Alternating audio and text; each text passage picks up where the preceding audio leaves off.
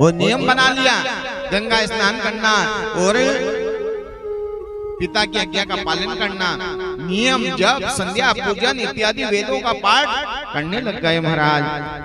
3 दिन बचे शेष, जो 5 साल की आयु वाला केवल 3 दिन बचे हैं, वो 3 दिन शेष जैसे बचे। आज पिता को वे वेदना होने लगी, अब क्या होगा, 3 दिन बचे। पिता का मन घबराने लग गया, 3 दिन बचे, लेकिन भगवान होई जो राम रचिया का। आज भगवान महादेव की आसन कृपा हुई है कि 7 ऋषि आते हैं। वो 7 ऋषि गंगा स्नान करने के लिए आए, स्नान किया, वो स्नान करने के बाद में जाने लगे। उसी समय मार्कंडेय ने देखा 7 ऋषि आए हैं। वो 7 ऋषियों के पास में जाके नमन किया, झुके प्रणाम किया। वो 7 ऋषियों ने जैसे चरणों में मार्कंडेय को देखा, अरे छोटा सा बालक तो हमको नमन करने लग गया। इतने अच्छे संस्कार दिए माता पिता ने, खड़ा किया, बेटा बहुत सुंदर बालक है तू, क्या नाम है? नाम बताया, मेरा नाम मार्कंडेय है। अच्छा बेटा, वेदों का पाठ आता है? हाँ। किसने सिखाया? कहा कि पिताजी ने सिखाया। अच्छा बोल के सुनाओ। और जैसे ही बोल के सुनाया वेदों का पाठ, उसी समय 7 ऋषियों के मुख से निकल गया, चिरंजीव भव, चिरंजीव भव, आशीर्वाद मिल गया। वो आयु का वरदान मिल जाता है। और जैसे पिता ने जब कानों में आवाज गई और 7 ऋषियों के पास में जाकर कहने लगे, अरे पूरी घटना बताने लग गए, मैंने शिव से मांगा और इसकी आयु केवल 3 दिन की बची थी, वो तुमने चिरंजीव भव का आशीर्वाद दे दिया। वो 7 ऋषियों ने कहा कि देखो, हमने जो कहा वो सत्य कहा है, हमने जो कहा है सत्य कहा है। तो उसी समय मार्कंडेय के पिताजी ने कहा कि ऐसा कैसे हो सकता है?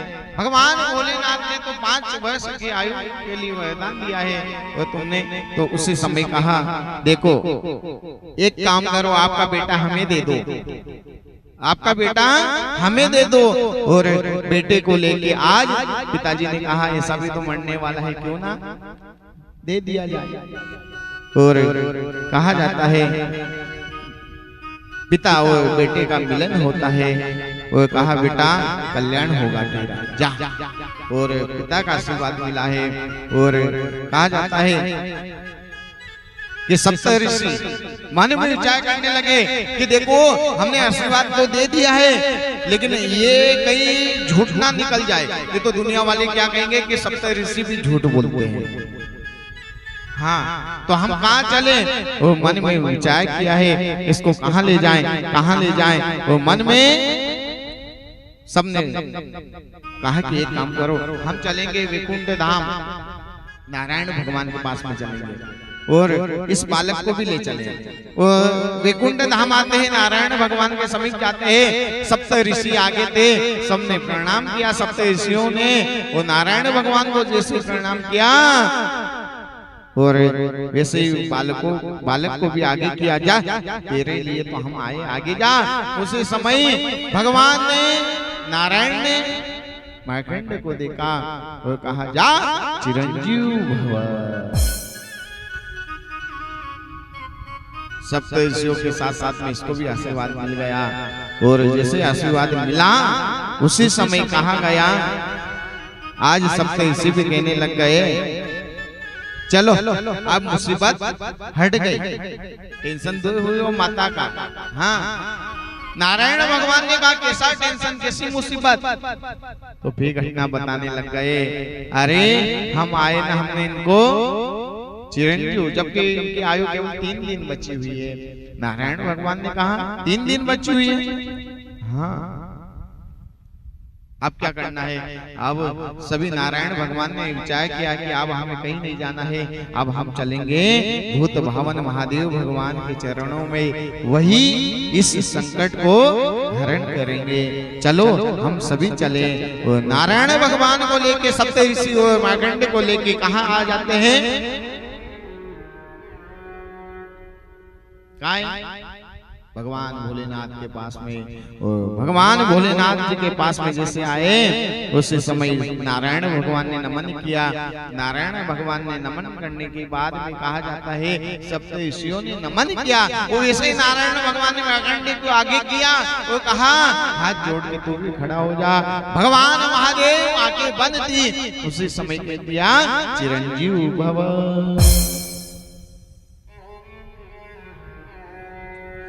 उसी समय नारायण ने बाबा से कहा, बाबा ये आपका बेटा संभालो आप। हाँ, इन सप्त ऋषियों ने मेरे गले में डाला और मैंने आपके गले में डाल दिया। जिससे आके बोली, कहा कौन? कहे आपने मार्कंडेय सिंह ने तपस्या की, आपने उनको एक बेटा दिया, 2 बेटे देने का वचन निभाया था तुमने, लेकिन उन्होंने एक बेटा मांगा था 5 वर्ष की आयु वाला। ये बेटा वही है, अब इनको तुम संभालो।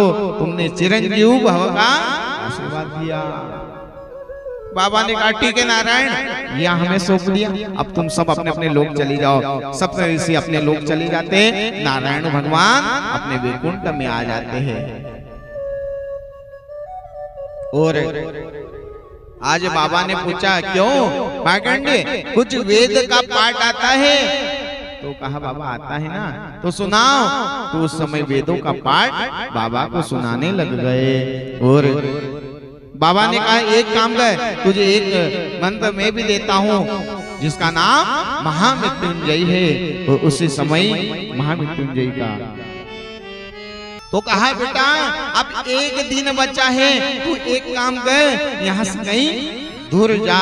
और दूर जाने के बाद में सुन, तुम कैलाश में मत रहो, जहाँ तुम्हारे पिताजी ने गंगा में एक कुटिया बनी है ना, वहाँ एक शिव मंदिर है, वहाँ जाके तू बैठ जाता। वो ये हम तुझे लेने के लिए आए ना, उस समय तू बाहर मत निकलना, केवल मेरे इस मंत्र का जाप करना।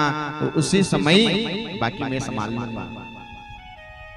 भगवान महादेव की असीम कृपा से आज वही मार्कंडेय जाता है, शिव मंदिर में बैठ जाता है। भगवान महादेव का महामृत्युंजय जाप करने लगा। वो उसी समय यमराज आते हैं, आवाज करने लग जाते हैं। वो यमराज ने जैसे ही अपने पाषाण डाले, वैसे घबरा जाते हैं। और घबराने के बाद में जो जोर से घबराने लग गए मार्कंडेय, उस समय महामृत्युंजय जाप जोरों से चलने लग गया। उसी समय जोर जोर से आज यमराज मार्कंडेय को लेने के लिए आए। उसी समय मूर्ति में से स्वयं भगवान महादेव महामृत्युंजय प्रकट हो गए। बोले महामृत्युंजय भगवान की। भगवान महादेव ने कहा रुक जाओ, रुक जाओ। यमराज ने कहा कैसे रुक जाऊं, आपने तो वचन निभाया कि 5 वर्ष की आयु है, तुमने तो मुझे लेने के लिए पहुंचाया था। बाबा ने कहा वो उस समय की बात थी, हाँ वो तो मैंने तुम्हारे खाते में लिखा आया था कि इसको लेने जाना पड़ेगा, लेकिन आप नहीं। तो बाबा ऐसे कैसे हो सकता? तो बाबा ने कहा वचन तो मैंने दिया ना, उम्र भी मैंने दी, मुहूर्त भी मैंने दी, वो मैं सब देख लूंगा, तुम यहाँ से जाओ। आज यमराज को उम्र का महत्व समझाया बाबा भोलेनाथ ने। और आज मार्कंडेय ने भी शिव जी के चरणों में प्रीति लगाई और मृत्यु से विजय प्रदान। वो कहा गया नहीं